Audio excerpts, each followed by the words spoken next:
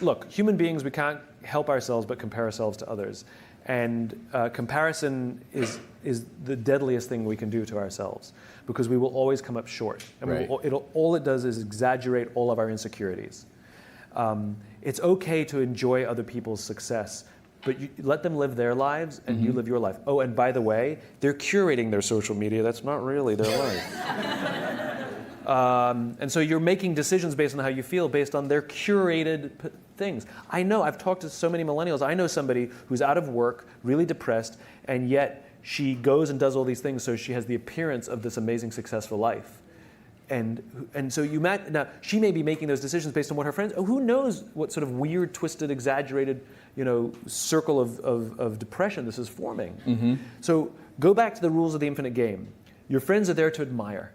Your friends are there to say, God, I'm so happy for them. What are they doing that I can learn from? I'll give you an example. So we can all fall into this trap. So, in my business, authors and speakers and folks like us, we're all comparing ourselves to each other, and sometimes it can get silly and competitive. And there was, sometimes I go on Amazon and I check the rankings of my books to see that I still have a job.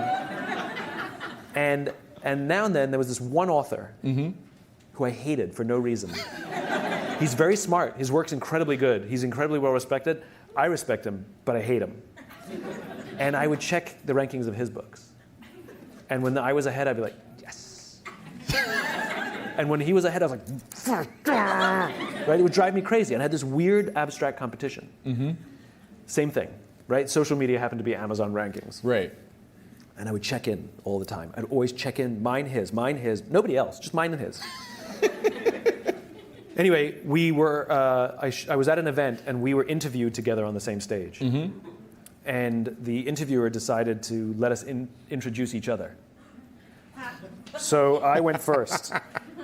I had to introduce him. And this is what I said. I looked at him and I said, you make me very insecure. I said, because all of your strengths are all of my weaknesses. And every time I see you do well, it just reminds me what I'm bad at. That's how I opened up. He turned to me and he said, funny, I feel the same way about you.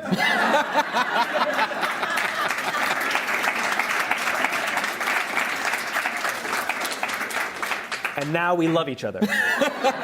Because I realized that he's really good at what I'm bad at.